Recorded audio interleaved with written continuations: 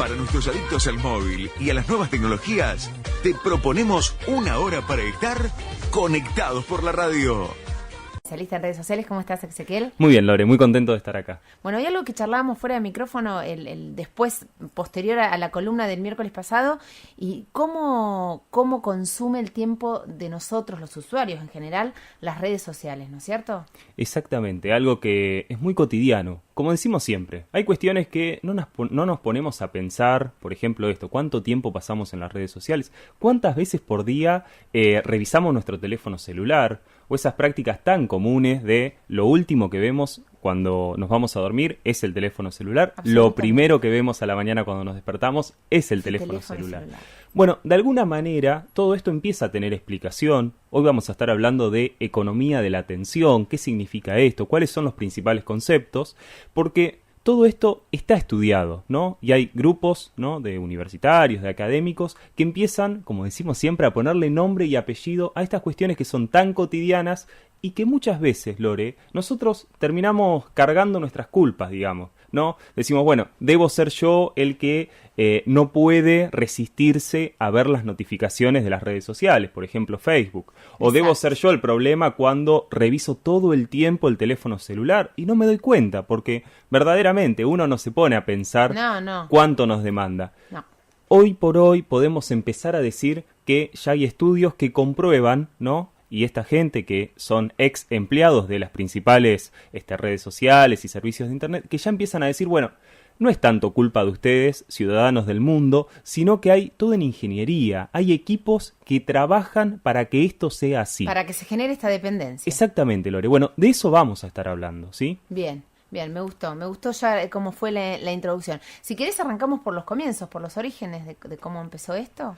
Dale, cómo no. Bueno, hablamos de economía de la atención. Sí. Yo te diría que en 1997 un investigador de nombre Michael Goldberg empieza a hablar de esta idea de que hay una nueva economía, ¿no?, que va paralela a la que nosotros conocemos, ¿no?, a la economía del valor, de los recursos, de las bolsas de comercio, todo lo que ya conocemos. Bueno, él dice, hay una nueva economía que es la economía de la atención. ¿Y en qué consiste esto? Dice, en la medida que avance Internet, va a haber un recurso que va a ser muy escaso, que va a ser la atención, el tiempo que nosotros le podemos dedicar a las cosas, ¿sí? Entonces, él lo que dice es, hay algo que va a empezar a pasar, porque esto lo escribió en 1997, fíjense qué atinado que estaba el señor. Dice, en la medida que haya cada vez mayor cantidad de información, nuestro tiempo para prestarle atención a esa información va a ser mucho más reducido. Entonces, las empresas, ¿no?, la gente que se dedica a vender productos y servicios va a tener que competir por lograr que la gente le preste atención. Estos son los fundamentos de la economía de la atención. Si nosotros repasamos esto que decía este investigador en 1997 y lo que está pasando hoy con tantas redes sociales, tal cual, con tantos sitios de noticias que todo el tiempo nos están llegando información, con servicios como los buscadores o como Wikipedia que nos brindan enormes cantidades de datos. Bueno, hay algo de cierto en esto de que nuestra atención no le podemos prestar justamente el mismo tiempo a todo lo que vemos a lo largo de un día, ya sea en una red social o en internet. Entonces, por acá empieza a delinear esto que es la economía de la atención.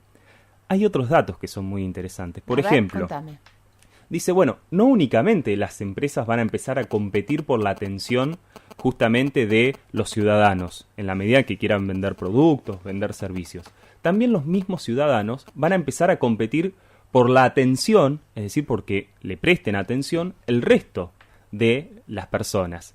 Y esto hoy uno lo puede ver, insisto, lo escribió en 1997, hoy lo vemos plasmado plenamente. Tal cual. Cuando, por ejemplo, los youtubers, los instagramers o nosotros mismos en nuestras redes sociales, al momento de publicar algo, estamos esperando que nos presten un poco de atención. Sí. ¿No? El comentario, el me gusta, Claro, y nos podríamos preguntar acá, bueno, ¿qué significa que te presten atención? Significa que, en el marco de todas las actividades diarias que nosotros hacemos, ¿cuánto tiempo le dedicamos a, por ejemplo, revisar una publicación en Facebook, revisar un posteo en Twitter? Es decir, eso significa prestar atención. Estos son los fundamentos, ¿no?, que escribió en su momento, en 1997, hoy ya tiene muchísimos más libros, este investigador, que hablan de la economía de la atención. Bueno, ¿cómo podemos atar eso a lo que hoy está pasando en la actualidad, Lore?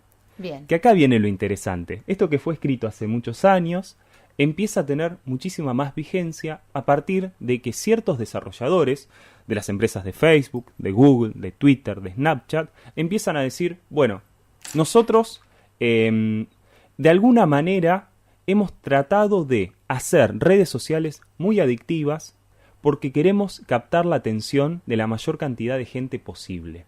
Y tiene sentido. ¿Por qué Facebook quiere que nosotros pasemos muchísimo tiempo en su red social? Principalmente porque su modelo de negocio es vendernos publicidad. Exacto. Entonces, imagínense esta situación. Si yo estuviese en Facebook solamente 5 minutos por día y todos los usuarios de Facebook estuviesen solamente 5 minutos por día, ¿venderían tanta publicidad? No, por supuesto que no.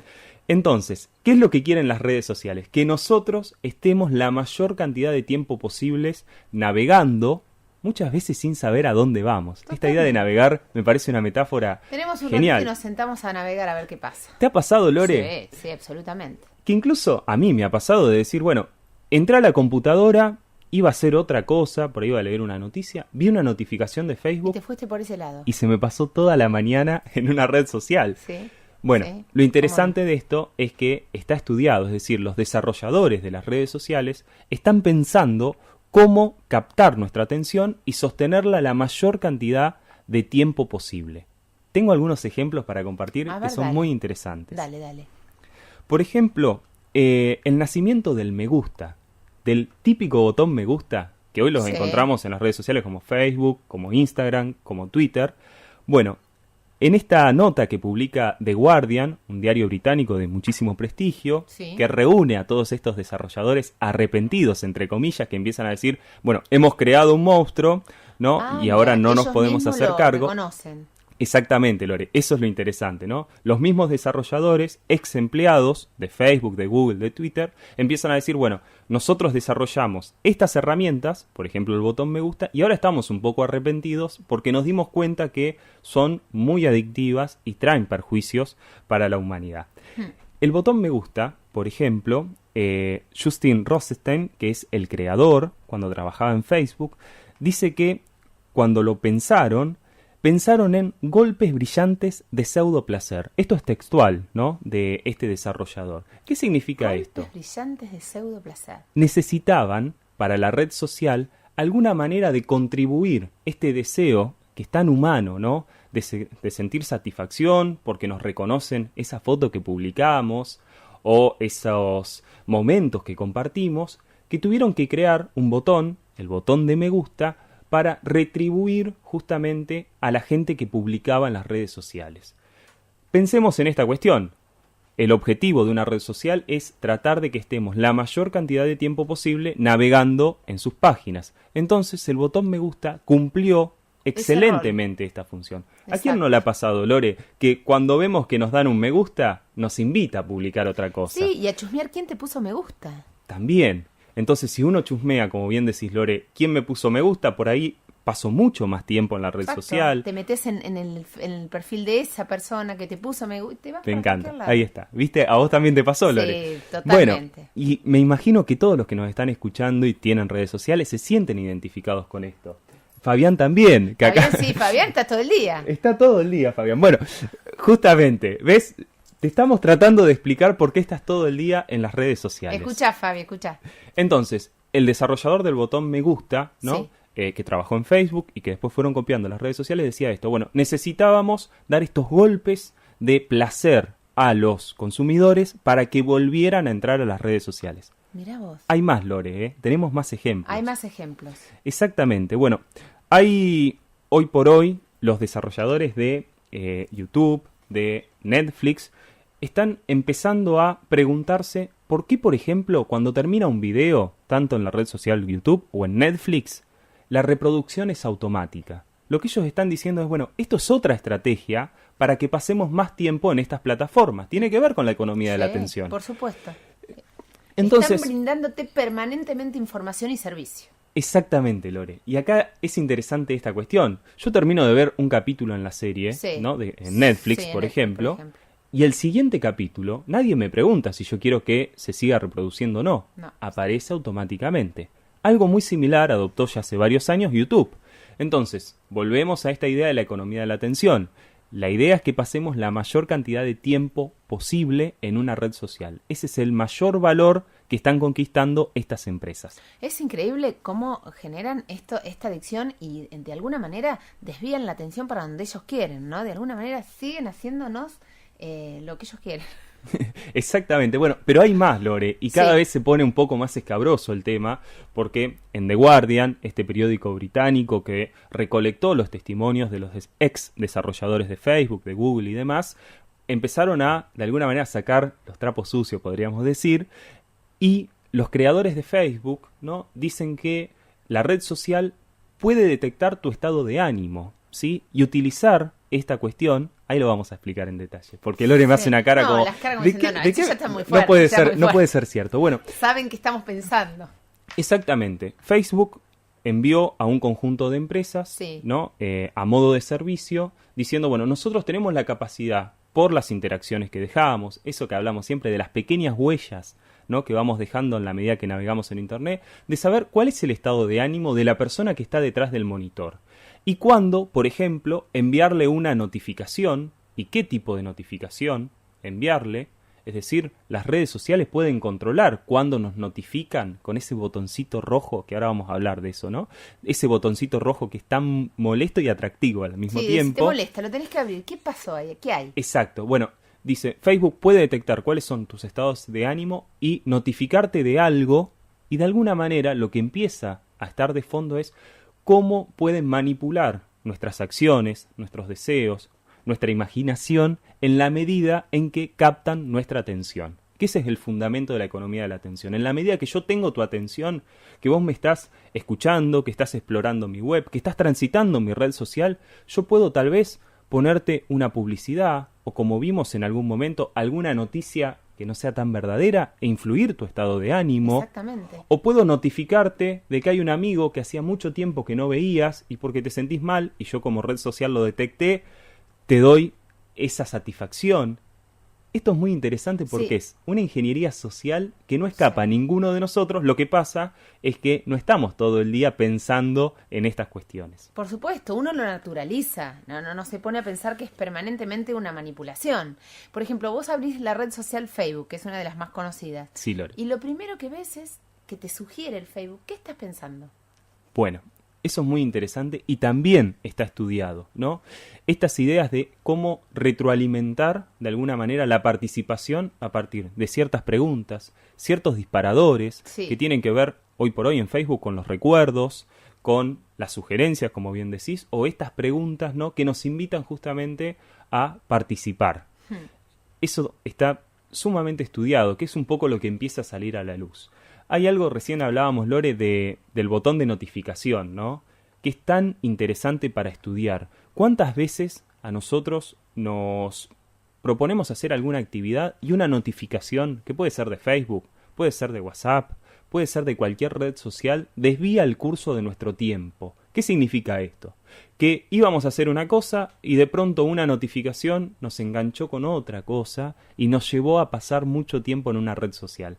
Bueno, acá los desarrolladores lo que están diciendo es, en principio el botón de notificación de Facebook iba a ser azul, ¿no? Iba a ser un botón más, casi inadvertido, hasta que se dieron cuenta que si lo ponían de color rojo, bien fuerte y bien presente para nosotros, generaban que mucha gente pasara más tiempo. Es decir, mucho más llamativo. Exacto, Lore, lograr la atención de muchas más personas. Entonces, hasta eso está estudiado, los colores en los cuales nosotros nos vamos encontrando en las redes sociales.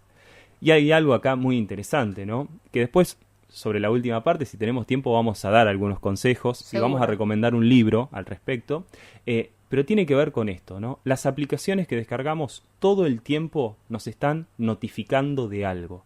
Y esa notificación permanente, sobre todo en nuestros teléfonos celulares, hace que programen de alguna manera las actividades de nuestra vida cotidiana.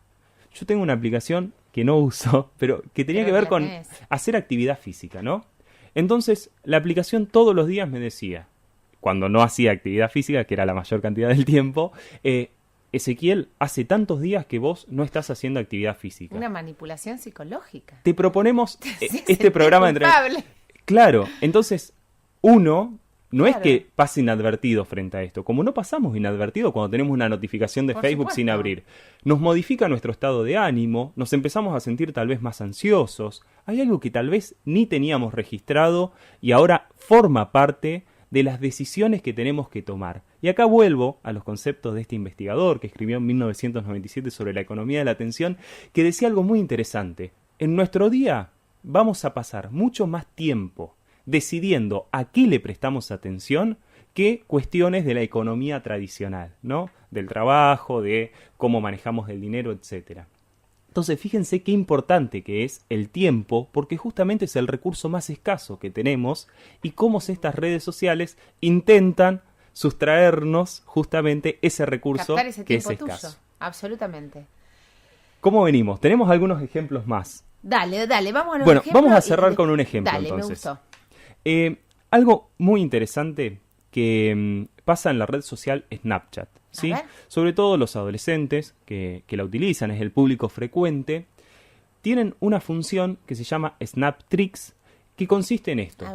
La red social te bonifica, te da puntos, te felicita, te da golpes brillantes de pseudo placer, lo que hablábamos recién hace un ratito, en la medida en que dos personas se comuniquen durante mucho tiempo enviándose una imagen. Sí. Claro, esto al principio parecía ser una cuestión simpática de la red social, ¿no? Porque bueno, las imágenes tenían algún sentido.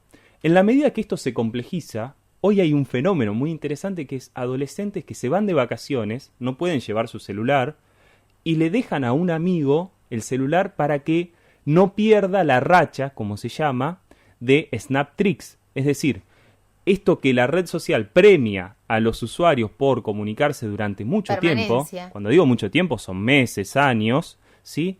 Y claro, lo que termina desvirtuando es el sentido de esa comunicación. Porque lo que pasa es que yo le saco una foto a la pared y te la mando para no perder estas bonificaciones. Imagínense al estilo videojuego, ¿no? Es como perder los puntos en un videojuego sería. Sí, o de alguna manera, como vos decís, darle el teléfono a un amigo para que continúe con eso mientras vos te vas de vacaciones, o sea. Exacto. Bueno, hay una charla TED, y con esto cierro esta primera parte, de Martin Harris, ¿sí? Un ex desarrollador de Google, que lo que dice es, bueno, lo que está pasando con estas redes sociales es que se termina desvirtuando el sentido de los mensajes, de la comunicación. Pasamos mucho tiempo y no sabemos para qué. Eso es justamente lo peligroso en esta economía de la atención con un recurso muy escaso que es el tiempo. Qué importante lo que decís, me dejaste sin palabras. Bueno, vamos a un temita musical y vamos a esta segunda parte de este tema tan interesante que tiene que ver con las redes sociales y la economía de la atención. Para nuestros adictos al móvil y a las nuevas tecnologías, te proponemos una hora para estar conectados por la radio. A mí me gusta. Bueno, seguimos en Conectados por la radio, hicimos un pequeño cortecito, pero la verdad que nos quedamos hablando fuera del micrófono del tema porque es muy interesante. Hablábamos de las redes sociales, hablábamos más puntualmente de Facebook porque es una de las más conocidas o las más usadas, y la economía de la atención de las personas. Me habías dado algunos ejemplos. Y ahora yo me pregunto, de alguna manera, es como que te secuestran la mente, digo yo, hacen como una manipulación de lo que vos tenés ganas de hacer.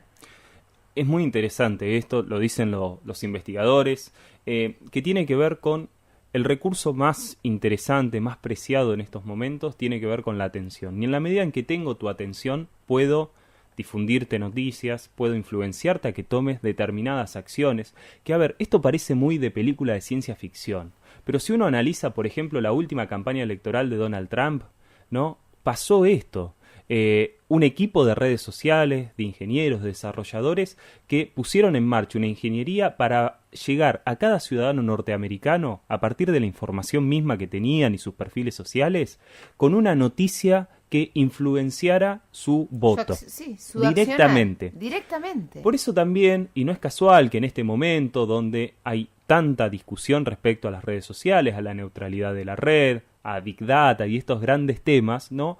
que estos desarrolladores, ex empleados de Google, de Facebook, se unan, hagan como una especie de liga de la justicia y empiecen a denunciar sus propias creaciones, ¿no? Porque acá muy fuerte, ¿eh? Es muy fuerte y muy interesante, porque es algo que está sucediendo y que de alguna manera empieza a poner cierta preocupación sobre las democracias, sobre cómo las personas pueden ser influenciadas a través de algo que a nosotros nos parece tan natural como es entrar a Facebook, entrar a Twitter o poner una imagen en Instagram. Bueno, hay gente que está pensando cómo explotar justamente esas redes sociales para otros fines que justamente nosotros tal vez ni nos imaginamos. O sea, las redes sociales lo saben, pero igualmente lo hacen.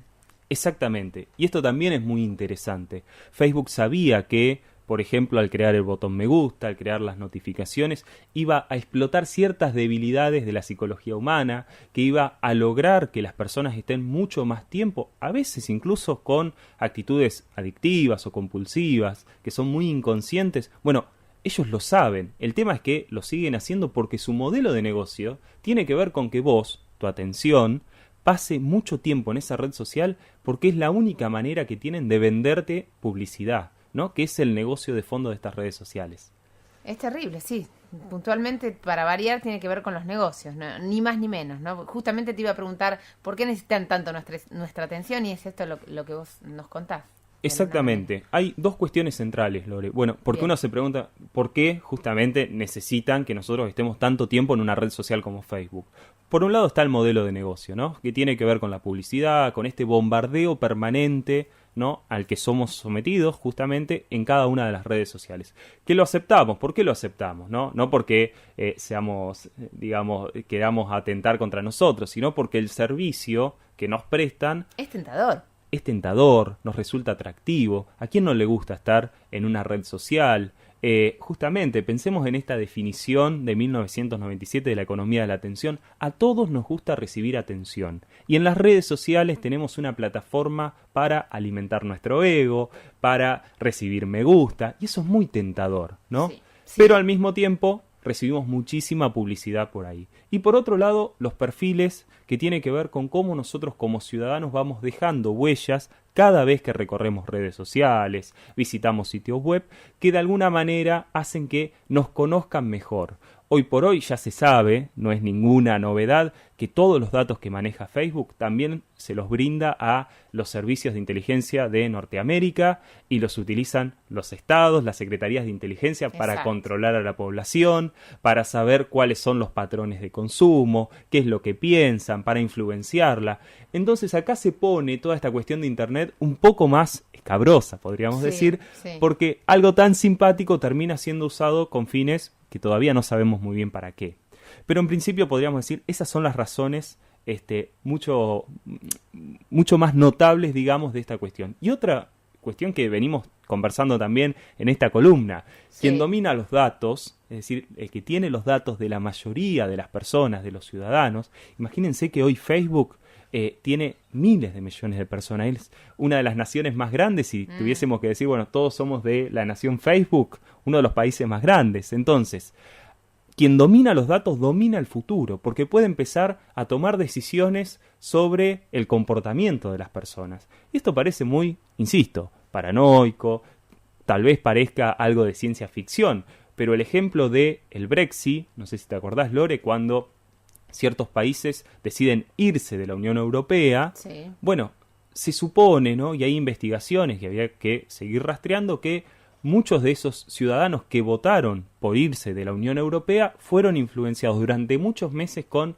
noticias falsas, con publicaciones de redes sociales que de alguna manera y muy inocentemente, y no tanto, fueron cambiando su decisión de voto. Entonces, estamos hablando de ciertos riesgos.